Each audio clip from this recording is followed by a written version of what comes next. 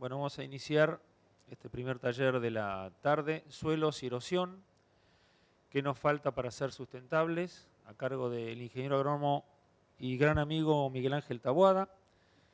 Es egresado de la Facultad de Agronomía de la UBA, es director del Instituto de Suelos del INTA, investigador independiente del CONICET, y es autor de más de 50 publicaciones en revistas científicas, y es un gran conocedor del tema suelos. Y bueno, ¿por qué el tema? Se preguntarán, porque hace un tiempito hablábamos con Miguel, que si bien ¿se escucha bien? El 80% de la superficie en agricultura de Argentina está hecho en siembra directa.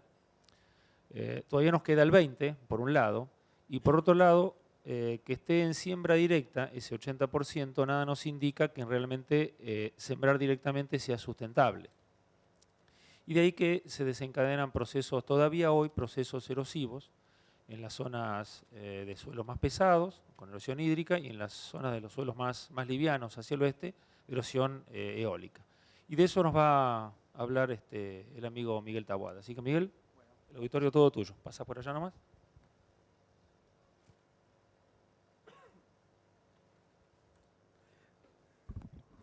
Hola, ¿qué tal? Buenas tardes a todos. Gracias, querido tocayo. Bueno, festejamos así el Día del Agrónomo, que es hoy, ¿sí? El Día del Agrónomo y el del Veterinario, realmente. ¿Está? Bueno, Miguel me llamó el otro día planteándome hacer este taller, que realmente el tema es por demás interesante y está bastante en debate en este momento. Y tiene mucho que ver con que aún haciendo siembra directa, estamos viendo problemas de degradación de suelos. Yo planteé esto un poco a la mañana, lo planteé ayer en una charla en el marco de chacras y hoy a la mañana también, hablando bastante del tema de las rotaciones, ¿no? Lo que él dice ahí. La idea que tenía entonces hacer una charla de unos 10 minutos aproximadamente, planteando algunas ideas que son mis pareceres, pero quiero aclarar, esta charla no es una bajada de línea, son mis propias ideas que pueden ser compartidas y que no tienen otro objeto que sea una charla disparadora, porque me parece que lo que más interesa es el debate que se genera acá y ver qué conclusiones podemos sacar. La primera cuestión es esta. Se me ocurrió decir esto. Hoy a la mañana, o recién en la inauguración del Congreso, Pilu mostró, y Rogelio Fogante también, cómo fue la historia de esto, de APRESID, ¿no? Y yo me acuerdo cuando yo me metí en esto, que estaba recién iniciado, que apenas sabía lo que era directa, y adhería bastante al tema de que muchos de los suelos no eran aptos para siembra directa.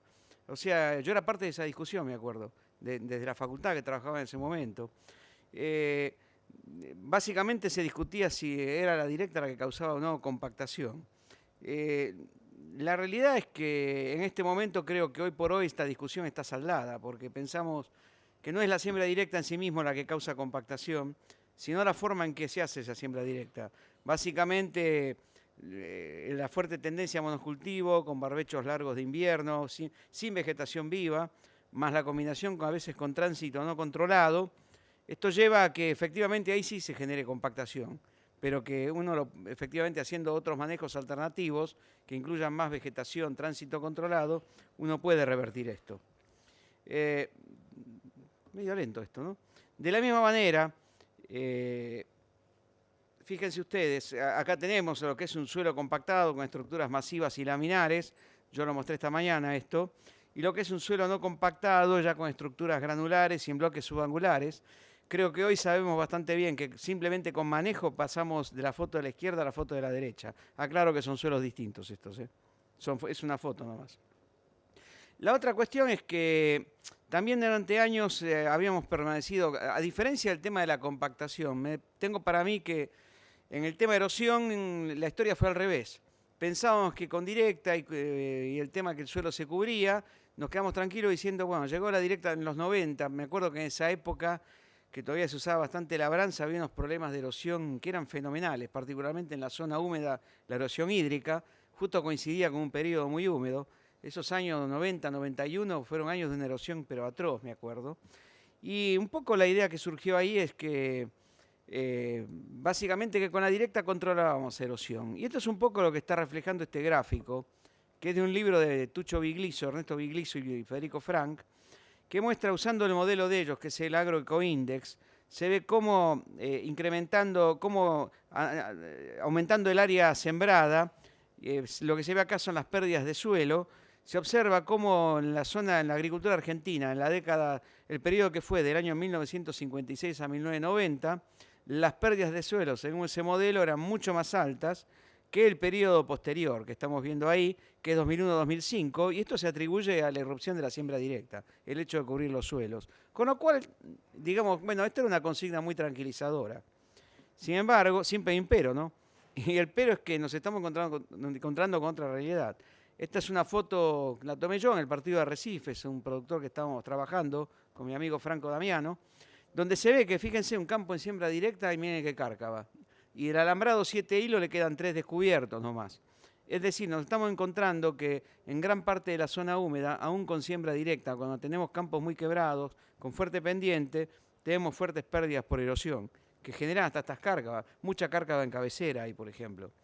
Si vamos a la zona más seca, encontramos estas voladuras, esto me hablaba Miguel recién, que uno se encuentra aún bajo siembra directa, me encuentra Beto Quiroga, flor de voladuras de suelo, ¿no? Y esto está muy atado, estas voladuras, a lo que fue el fenómeno de la expansión de la zona agrícola. Es decir, donde muchos de los suelos donde se expandió la agricultura tienen una fuerte susceptibilidad a ser volados por erosión eólica. ¿Cuáles son las causas de la erosión en siembra directa? ¿Por qué estamos viendo erosión en lotes en siembra directa? Algo que va un poco en contra de eso que nos tranquilizaba el modelo Agroecoindex. Bueno, vuelvo a aquella foto. Si uno ve acá en las zonas húmedas, la pregunta es, ¿estamos sembrando bien? Bueno, y hay gente que tranquilamente está desechando las siembras en contorno, en lotes que tienen 2-3% de pendientes muy largas. Fíjense que en este caso esta flecha está mostrando el nivel, la dirección de la escorrentía. Me están cayendo 30 milímetros, el agua corre, me lleva al rastrojo, me lo acumula en el alambrado, y entonces se generan estas cárcavas. Estamos viendo un problema ya básicamente, que la combinación de siembras de maíz, de soja, siembras que no sean en surco estrecho, es decir, de trigo, de cebada, sino siembras en surco ancho. Maíz 52, soja un poco menos, digamos. A favor de la pendiente, claramente favorecen escorrentía. Esta es una tesis de un amigo mío, Fabio Solari, que estuve de director ahí, y muestra un dato interesante. Está mostrando las pérdidas de suelo en lotes como los que vimos recién, mostrando dos antecesores, antecesor maíz y antecesor soja, y lo que está mostrando cómo el sentido de la siembra, aún en siembra directa, esto es un trabajo hecho en el partido de Salto, cómo el sentido de la siembra claramente está disminuyendo, está afectando las pérdidas de suelo. No es lo mismo, aún en siembra directa, sembrar en contorno que sembrar a favor de la pendiente, tanto como antecesor soja como antecesor maíz. Es decir, que no es un tema de la cantidad de residuos que dejamos en el suelo, sino que claramente la dirección de siembra, cuando tengo una pendiente importante, evidentemente está afectando y haciendo pérdidas. Con lo cual esto creo que se arregla bastante simple. Uno lo dice, pero el problema que hay en estos campos, que a menudo está el tema del contratista y el tema de trabajador en contra de la pendiente, a veces hace que tenga que cortar mucho los lotes y es todo un lío. O sea, por eso es que a veces no se respetan las direcciones. Es decir, que a veces en siembra directa y aún en siembras en contorno no alcanzamos a controlar las pérdidas de suelo, y en ese caso creo que hay que volver a recurrir al tema de las prácticas ingenieriles, el terraceado, que de alguna manera cuando irrumpió la directa en los 90, muchas de las terrazas se dejaron de hacer pensando que con la directa solo alcanzaba. Y hoy vemos que esto solo no alcanza, que es necesario recurrir a cortar la pendiente con bordos y básicamente cortar de esa forma los escurrimientos, particularmente cuando tenemos lotes muy quebrados en ambientes con lluvias muy concentradas. A esto hay que unirle que en muchas zonas está habiendo no sé si es cambio climático, que el clima cambió, pero estamos viendo eventos mucho extremos con lluvias muy concentradas, típicamente concentradas en primavera-verano, en los otoños, que caen todas juntas, y esto está generando erosión. Si nos vamos a las zonas semiáridas, y aquí voy ya terminando para alargar la discusión, me parece que la cuestión es otra. En las zonas semiáridas también tengo problemas de erosión hídrica, particularmente porque este es un gráfico que muestra cómo se dio la expansión de la frontera agropecuaria, mostrando que una gran parte de la expansión de la frontera se dio por un lado hacia el NOA y al NEA, o sea, hacia ambientes en general mucho más frágiles, y otra parte se dio hacia el oeste, o sea, lo que antes yo mencioné ayer, que lo que de 20 millones de hectáreas que sembramos hace 20 años, 25, ahora estamos sembrando 32, hoy a la mañana escuché 34, pero gran parte de eso, unas 8 millones, hay que atribuirlas a la roturación de pasturas en la pampa interior arenosa, no fue todo desmonte. Lo que es cierto que fuimos a ambientes más frágiles. Lo que a mí me parece o me da la impresión que en las zonas semiáridas a veces tendemos mucha gente a decir los suelos son todos frágiles. Bueno, me tocó en suerte estar trabajando en esa zona. Estoy trabajando acá con mi amigo Alejandro, que está acá adelante. Estamos trabajando en el Chaco juntos. Y lo que estamos viendo ahí es que los suelos son diferentes. Es decir, uno tiene suelos frágiles a menudo. Hay una enorme variabilidad interanual de las lluvias. Pasamos de años de 400 milímetros a otro año que tiene 1200. Eso se une a los cambios de uso de la tierra. Lluvias muy concentradas, régimen extremo de lluvias y temperaturas, y tenemos un conocimiento escaso sobre manejo de los cultivos y de las rotaciones en esos lugares. Básicamente, cómo acomodar esos materiales con la oferta hídrica y con las temperaturas, que básicamente en el norte los cultivos se cocinan directamente, la realidad es esa. Con respecto a los suelos, quería mostrar esta foto, que uno dice que son frágiles, pero uno se encuentra con realidades como esta. Uno ve suelos como el de la izquierda, que son un argidol típico, esto en la provincia del Chaco, mostrando un suelo agrícola excelente, con buen nivel de arcilla, y es un área donde tengo problemas de erosión similares a los pampeanos, y difieren mucho de un suelo como el que tengo en Santiago del Estero, a la derecha, que ahí sí tenemos un suelo material muy limoso, realmente muy frágil, con poca materia orgánica, muy susceptible a pérdidas de suelo. Es decir, ¿cuáles son los factores de fragilidad de los suelos? Yo creo que los factores a fijarse son bajo nivel de materia orgánica, que haya texturas arenosas o muy limosas, obviamente pendientes excesivas o muy largas, y un desmonte reciente, que el suelo se está acomodando. Esos son los factores. Bueno, la realidad que uno encuentra en muchas áreas nuevas de agricultura es que hay diferencias, no es que es todo frágil o todo igual. Entonces, vale la pena observar eso. Otra cosa importante, muchas de las áreas que se ponen bajo agricultura y con desmonte reciente está causando una alteración en lo que es la hidrología de la región. Lo que antes se evapotranspiraba, ahora no se evapotranspira más, suben las napas y está generando a veces fotos como las que vemos, es decir, procesos de salinización muy importantes por napas cercanas a la superficie. Yo tenía un monte, o incluso en la región pampeana, una pastura que sacaba agua todo el año, ahora tengo un cultivo que saca agua 4 o 5 meses y las napas se van para arriba y está generando salinización cuando esas napas realmente están cargadas en sales. Mucho en el oeste pampeano hay mucho de esto, realmente. Bueno, ese es un poco el panorama de los suelos. Esto es algo que presenté hoy a la mañana, pero es un poco una propuesta a discutir, básicamente, y que tiene que ver con que en qué medida muchos de estos ambientes nuevos nosotros los estamos haciendo con una tecnología pampeana que a veces no les corresponde. Yo creo que a menudo uno escucha críticas a la agricultura argentina diciendo que usamos una agricultura extensiva, industrial, y a mí me parece que tenemos un tipo de agricultura que se adapta bien a parte de los ambientes que tenemos, y lo que hay que discutir, si en los otros ambientes no conviene utilizar otro tipo de aproximaciones, que lo pongo en discusión, no es una bajada de línea esto, para nada. Simplemente que uno puede diferenciar agrosistemas poco vulnerables, típicamente lotes pampeanos, planos, de buena calidad, suelos clase 1, clase 2, donde ahí creo que la agricultura de gran escala, básicamente es una agricultura que permite intensificación de la agricultura indirecta, mayor uso de cultivos de cobertura, manejo sitio específico de nutrientes, control de erosión, sistemas integrados de agricultura y ganadería, pero algo similar a lo que está pasando ahora, creo que es totalmente apto y somos buenos y lo hacemos muy competitivamente, producimos alimentos baratos ahí. Pero a veces vamos a ambientes, típicamente en el norte es esto, quiero aclarar, donde a menudo encontramos ambientes ya mucho más vulnerables, estamos hablando de suelos muy limosos, donde en este caso, o zonas muy frágiles, muy áridas, donde allí claramente la consigna es almacenar agua, conservarla. Sin agua no podemos hacer nada, entra todo el tema de los tajamares ahí. Donde tengo para mí que muchas de las consignas que se hablan, que vienen más de la ecología, creo que son aptas para estos lugares y que son más conservadoras de los suelos. Por ejemplo, sistemas integrados agroforestales, silvopastoriles, mucha gente que los hace igual. En ambientes ya muchos más de agricultura familiar, la agroecología. Temas que tienen que ver ya con reciclado de residuos in situ, me parece a mí, ya aproximaciones de más pequeña escala, más adaptados para ambientes frágiles y con más uso de conocimiento local. Bueno, en definitiva, digo estas preguntas, a mí se me ocurren, a ustedes se les ocurrirán muchas preguntas. Una que no la escribí, pero que es básica, realmente es, que realmente aquí lo hablaba con Miguel, no cabe ninguna duda que todos sabemos que hay que hacer rotaciones y a veces esas rotaciones con cultivo de cobertura o con trigo no las hacemos por razones económicas.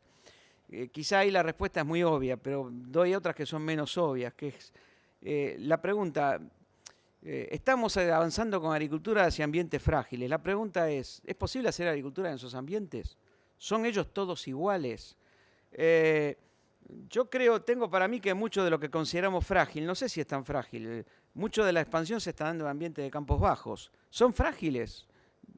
Le voy a dar una respuesta sorprendente, yo creo que no, los campos bajos, francamente. Pero muchos de los suelos limosos sí lo son. ¿Cómo lograr una buena cobertura con los actuales sistemas de manejo? Creo que es una cuestión clave. Finalmente, quizás suena raro en los tiempos actuales, pero creo que integrar producciones, silvopastoril, agricultura y ganadería, me parece que es una opción válida para muchos de estos lugares. Bueno, no tengo más para decirles, simplemente eran preguntas disparadoras. Ahora sí, me gustaría preferentemente escucharlos ustedes, a ver qué preguntas tienen. No, de nada. ¿Nos sentamos ahí o...? Casi mejor. Para la organización, este es el micrófono que vamos a pasar. No, entonces, si te querés quedar allá, Miguel, mejor así. Pasamos. Yo tenía una, Miguel, y después la pasamos, el micrófono. No. Hablando de esos... Nos pueden hacer preguntas a los dos, pero también puede haber No, a mí no, debate cruzado. O sea, la idea es esa, ¿no? Che, Miguel, Dale. una pregunta. Hablando de esos ambientes frágiles en la zona subhúmeda, de la cual vos hiciste mención, y hablando de cultivos que requieren remoción, como es el caso del maní, ¿cómo ves el impacto de un cultivo de ese tipo en ese tipo de suelos sin los procesos erosivos? El impacto es grave, particularmente porque el maní se está haciendo en suelos con poca materia orgánica a menudo. O sea, todos los cultivos que van bajo el suelo, papa es otro ejemplo, lo que requieren es o suelo muy suelto o suelo con mucha materia orgánica. Si vamos hacia el oeste, suelo con mucha materia orgánica, por eso la papa se hace embalcarse, por ejemplo, porque la materia orgánica le da ese estado friable al suelo. Claramente me parece a mí que hacer maní en el estado actual que lo hacemos con esas labranzas generamos una voladura terrible, o sea, dejamos el suelo máximamente vulnerable. Por eso entiendo que hay provincias que lo han prohibido directamente. Ahora, yo no tengo experiencia en maní, o sea, no soy autoridad para hablar del tema. La pregunta es cómo hacerlo. Pues implica una labranza, en realidad. Claro. Yo tampoco conozco mucho del cultivo Sí. del maní, pero sí implica una labranza y se ha escuchado y se escucha en esa zona, incluso colegas nuestros que dicen, bueno, pero un maní cada 4 o 5 años no tiene impacto. Entonces, me gustaba conocer tu opinión como técnico especialista en suelos, saber si es cierto o no es cierto esa afirmación. A mí me parece que si la decisión que tenemos de tener un lote en directa, ser maní está rompiendo la directa. Me parece que tiene que ver con la decisión empresaria. Si estamos convencidos de que vamos a manejarnos en siembra directa, toda intervención de labranza y más maní, que es una labranza muy agresiva, creo que estamos rompiendo la directa, me parece a mí. El tema es ver de qué forma podemos hacerlo en forma más sustentable. Yo, sinceramente, no tengo nada claro cómo se hace eso en forma más sustentable por falta de experiencia. Pero se me ocurre a mí, ojo que puedo decir, hablando en criollo, cansadas acá, pero me parece a mí que si el tema es la voladura de suelo acá, volvamos a las viejas consignas. Yo lo que tengo que hacer para evitar voladura es generar rugosidad, estoy pensando en voz alta, y generar parches más pequeños para evitar que las partículas tomen vuelo, me parece a mí. Entonces, quizá habría que pensar en enfoques con escalas mucho más en parches que eviten esas voladuras gruesas. Hay que recordar que antes la aeroeólica se controlaba con el sistema Lister, semilister, generar rugosidad y toda esa historia. Eso sigue siendo válido. Hoy en realidad lo que hacemos es cubrir el suelo con rastrojo y generar rugosidad con el rastrojo en realidad. ¿Está? Perfecto. Gracias, Miguel. No. Pero no sé, si alguien tiene experiencia en maní, capaz que tiene más autoridad que yo para hablar de esto. ¿No? Ingeniero, usted hablaba de dos sistemas distintos, frágiles y menos frágiles. Pero yo quisiera saber qué opina usted, porque en la zona donde yo trabajo, en esta última campaña, pero venimos viendo de los... ¿Qué zona es, perdón? La zona del nordeste de Córdoba, Sí. centro-oeste de Santa Fe. Específicamente San Francisco, Córdoba. Nosotros venimos viendo en los últimos 3 años un aumento progresivo de las napas a través de freatímetros que habíamos colocado en lotes. En el último año la cosa se complicó y mucho. Y yo creo que tiene que ver mucho, o sea, el sistema está todo interrelacionado. Gracias, che. Es decir, tiene que ver mucho con lo que usted explicaba recién de los sistemas frágiles, donde se sacó todas esas pasturas, donde se sacaron los montes, y lamentablemente esta campaña nosotros tenemos muchos suelos clase 1 que afloró napa y que aparte, otra de las cosas, yo agregaría que otra de las cosas que hizo la directa en los últimos años, o sea, para bien, pero ahora con la napa se complica, es que ahora nos damos cuenta a través de hacer fotografías aéreas, ver que todo lo que era el escurrimiento del agua, o sea, los canales naturales, están todos tapados. Claro. Entonces, en realidad, hoy estamos bastante complicados. Y donde se fue el agua, hoy tenemos napa, suelos clase 1 con napa 80 centímetros, 1 metro. Quería saber un poco la opinión de todo el tema, porque no solamente son los sistemas débiles, sino que también los suelos clase 1 empiezan a complicarse. Y me gustaría saber qué opina hacia el futuro. A ver, he trabajado algo en esa zona, pero más bien en lotes que están, los campos que están como quien va camino a la Laguna Mar Chiquita aproximadamente, para que tengan una idea. Sí, te escucho. Sí. Correcto. Pero en general, como norma general, el tema del ascenso de napa obedece a 2 cosas. Una, el ciclo húmedo actual. Particularmente este año es un año niño y lo que está pasando es que los lotes están bajo agua.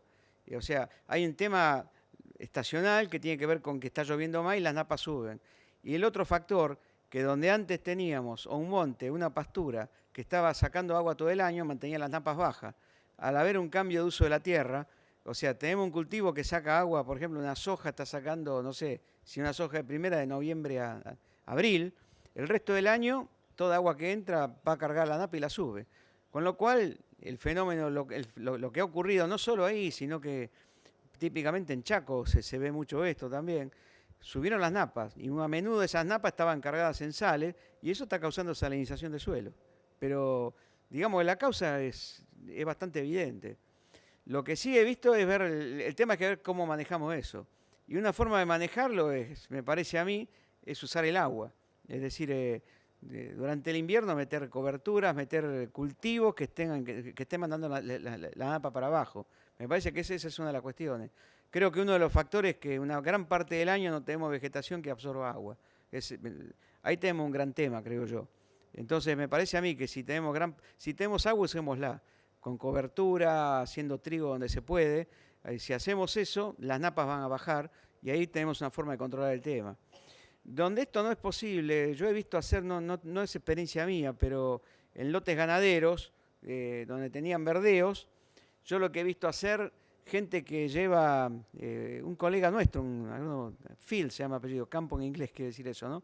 Pero yo lo vi hacer el tema y él lo maneja muy bien, deja monte natural, estamos hablando, ¿dónde era esto? En provincia de Córdoba, en el norte de Córdoba esto. Deja monte natural, bandas de monte natural, como quien hace un dren natural, o sea, básicamente raíces que estén chupando agua y lo que hacen es abatir la freática, con lo cual manda la freática para abajo y así de esa forma maneja el problema. Yo creo que lo que tenemos que hacer básicamente es imaginar formas de manejar la freática, porque lo que es seguro que si una parte del año no tenemos vegetación, la freática se va a ir para arriba, eso seguro. Lo que pasa es lo siguiente, donde tenemos campos naturalmente bajos, y eso está desencadenando ya problemas de desalinización. El Chaco está todo lleno de eso en este momento, ¿tá? Pero digamos que obedece un cambio de uso de la tierra. El otro tema es que habría que analizar bien en qué suelo está pasando esto. Si efectivamente son clase 1 o son suelos donde uno va a posear y se encuentra con que de golpe el suelo tenía algún rastro de que esto pasaba antes. Es decir, uno puede ver la cartografía de la provincia o de INTA y ver cuáles son los suelos que prevalecen. Porque uno a veces lo que se encuentra que son suelos que presentan lo que nosotros los que trabajamos en suelo conocemos como esos rasgos, que son moteados, concreciones, o color, un color típico más apagado, que es lo que me indica que en algún momento de la historia de ese suelo esto llegaba a pasar. ¿Tá? Pero, insisto, en general lo que uno lo ve en Santa Fe, en el Chaco, en el oeste pampeano, este tema de las napas tiene que ver con el cambio de uso de la tierra. Hay que meter vegetación que chupe el agua directamente. ¿Tá? No, por favor. Sí.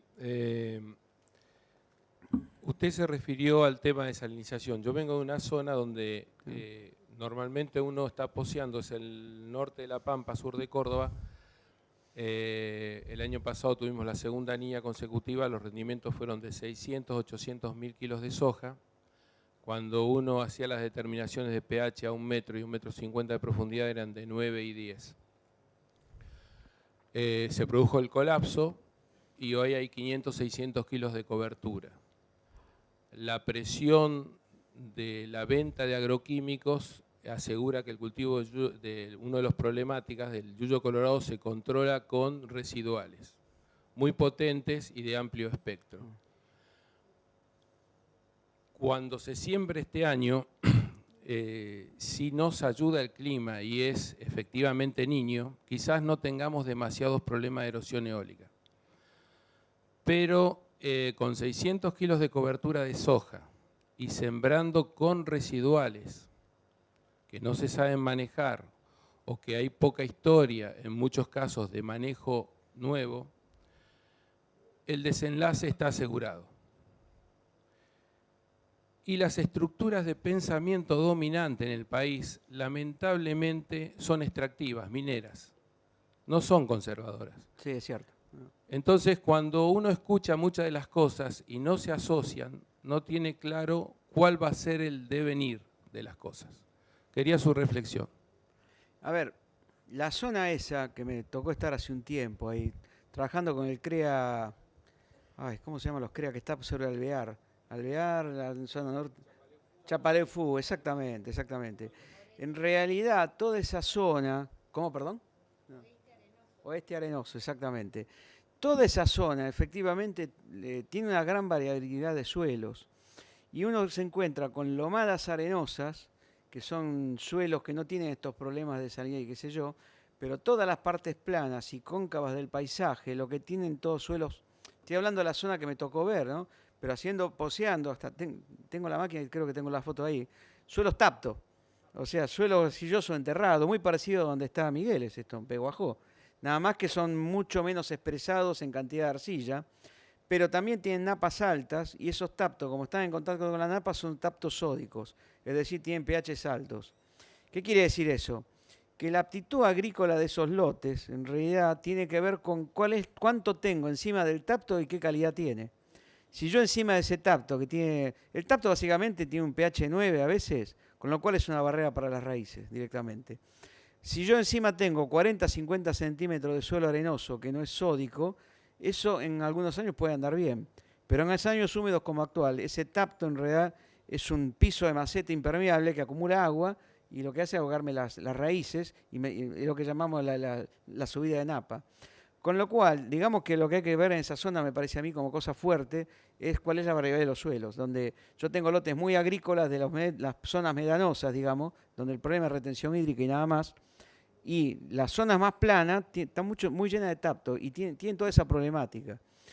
En años húmedos la problemática es el tema de anegamiento y subida de napas, con lo cual el tema es que las plantas se mueren o no puede levantar la cosecha directamente. Y en años secos, bueno, ahí pasa el tema de la eólica, porque lo que está arriba es arenoso.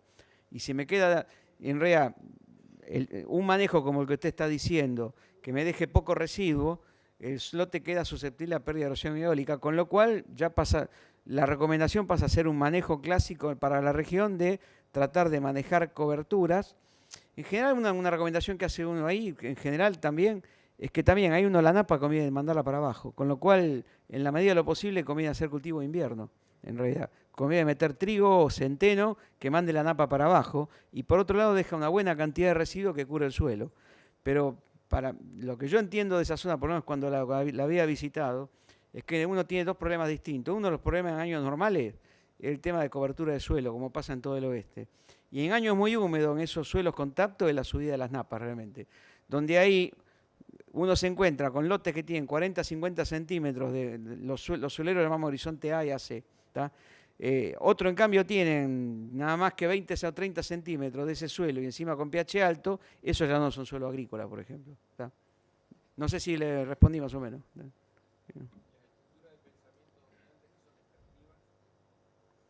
Pero eso no es solo en esa zona, en todos lados.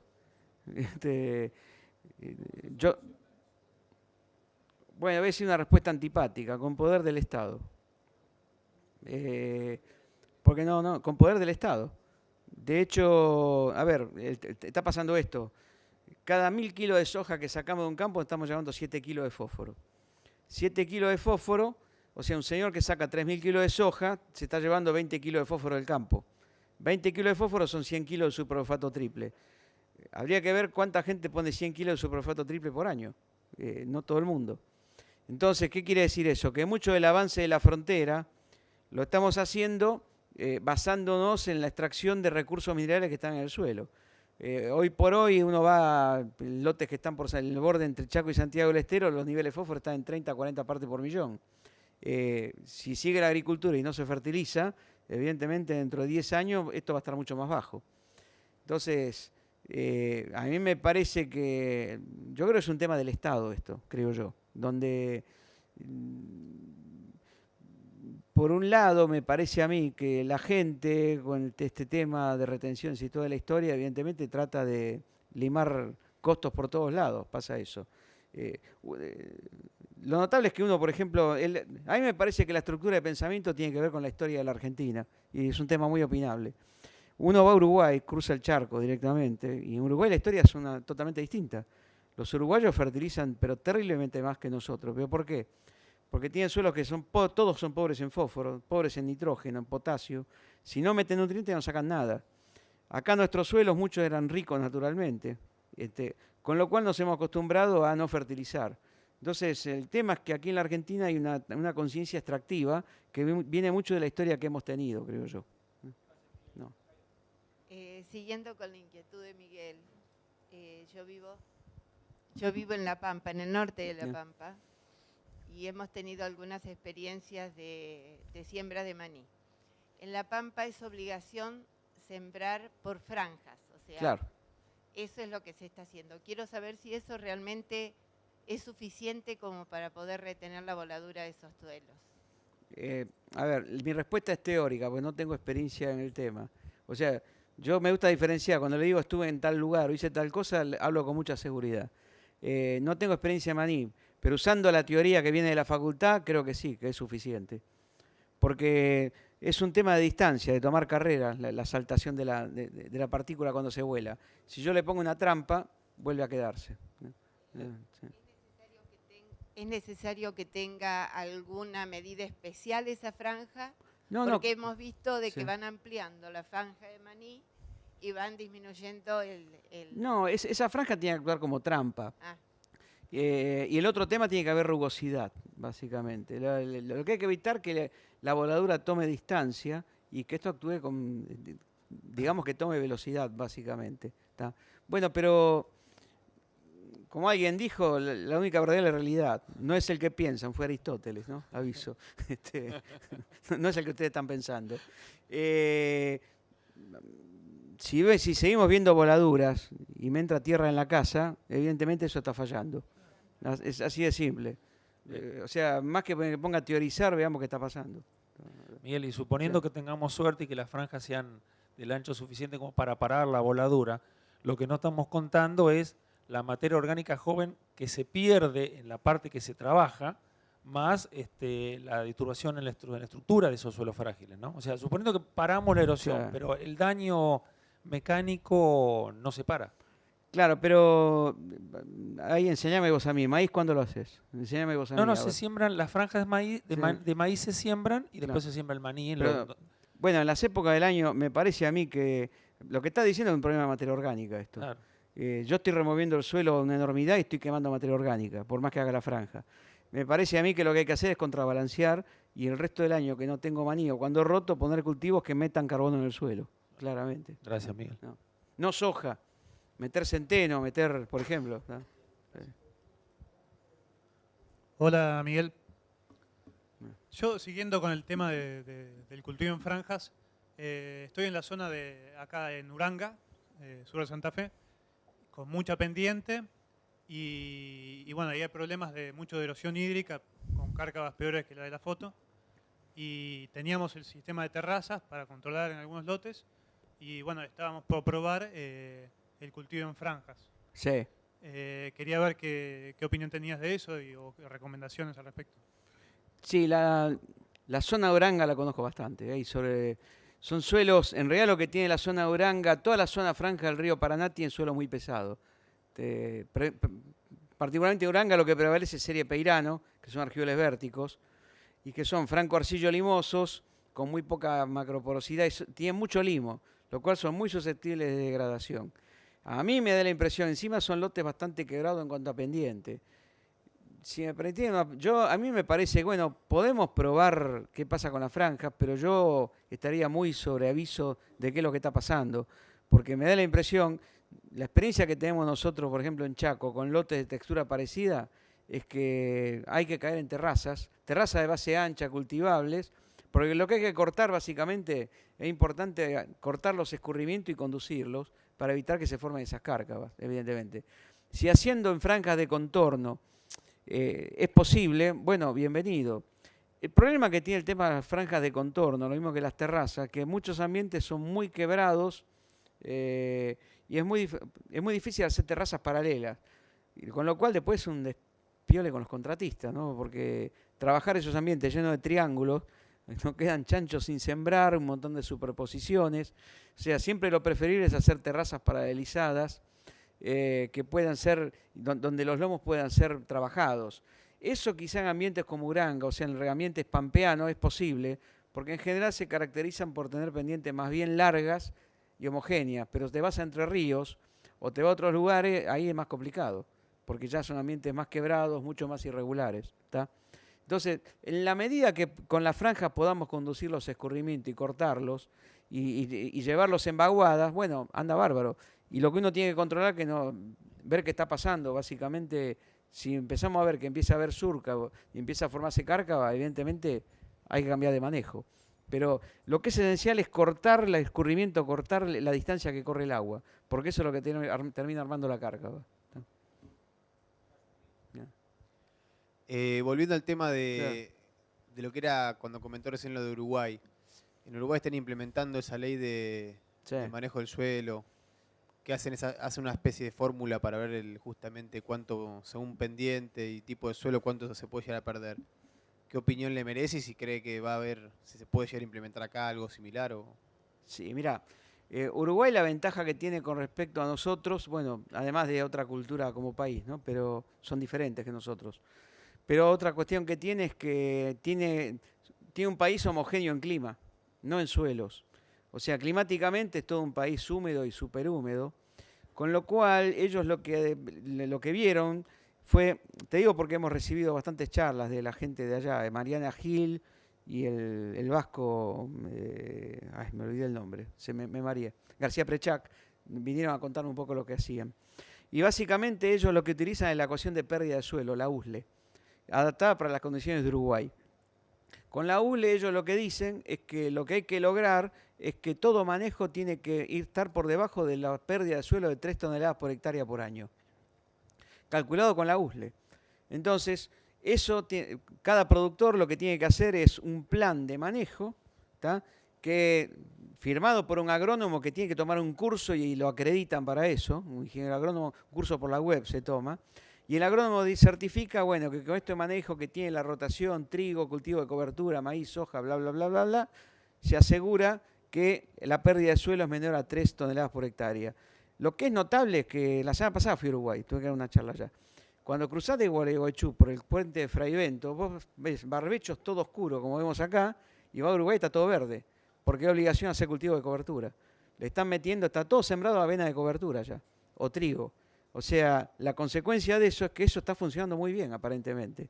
Está funcionando bien porque ellos también se convencieron de que el suelo adquiere una sustentabilidad que antes no tenían.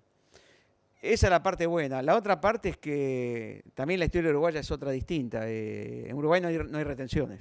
O sea, pero los rindes que tienen son mucho más bajos que los nuestros. Porque la única franja de suelos buenos que ellos tienen, de buenos en serio, está pegada Entre Ríos. Yo estuve en un lugar que se llama Dolores. Toda esa franja son argidoles de excelente calidad. El resto son vertisoles, suelos con tosca. Ni por asomo sacan un maíz de 10.000 kilos. O sea, insisto, la experiencia de ellos realmente funciona porque tienen un ambiente homogéneo climáticamente y tienen muy bien mapeado con unidades, lo llaman las unidades CONEAT, las llaman ellos. Y básicamente la herramienta que utilizan, la ecuación de pérdida de suelos, les funciona bien. Y la otra cuestión que me parece que no es menor es que los productores les creen. Y les creen y hay una buena relación con los estamentos de gobierno. Entiendo yo, por lo menos, ¿no? Si bien en una de las fracciones que está, creo que el Partido Blanco dice que va a borrar esa ley, pero el Frente Amplio la defiende. Y en general lo que hubo allí, que antes de poner la ley, agrónomos que los productores respetan, el Vasco García Prechac, por ejemplo, fueron y hablaron en muchos lados tranquilizando a la gente que eso iba a andar bien. Y creo que la gente lo tomó como propio, porque creo que están funcionando bien eso, ¿no? Sí, en mi zona se está proponiendo volver a la labranza. ¿En qué zona? En la zona de La Pampa, norte de La Pampa y sur de Córdoba. Volver a la labranza de la mano del Yuyo Colorado, volver a la labranza en las lomas donde hay cloris, volver a la labranza por otros motivos que no vienen muy al caso, que están ligados más a cuestiones de otro tipo. Pero están apareciendo la imagen de la rastra doble acción y en muchos profesionales distinguidos, colegas que están en el área de malezas, el uso de la labranza. Yo quería saber su opinión. A ver, yo tengo una opinión negativa de eso, porque me parece a mí que creo que en el fondo lo que está demostrando que no podemos manejar bien el sistema de siembra directa. Muchos de los problemas que aparecen en siembra directa aparecen porque no estamos haciendo rotaciones adecuadas. Están haciendo monocultivo, dejando poco residuo. Por ejemplo, en la zona de La Pampa, a menudo lo que sucede, lotes que se hacen con girasol solamente, aparecen fuertes compactaciones.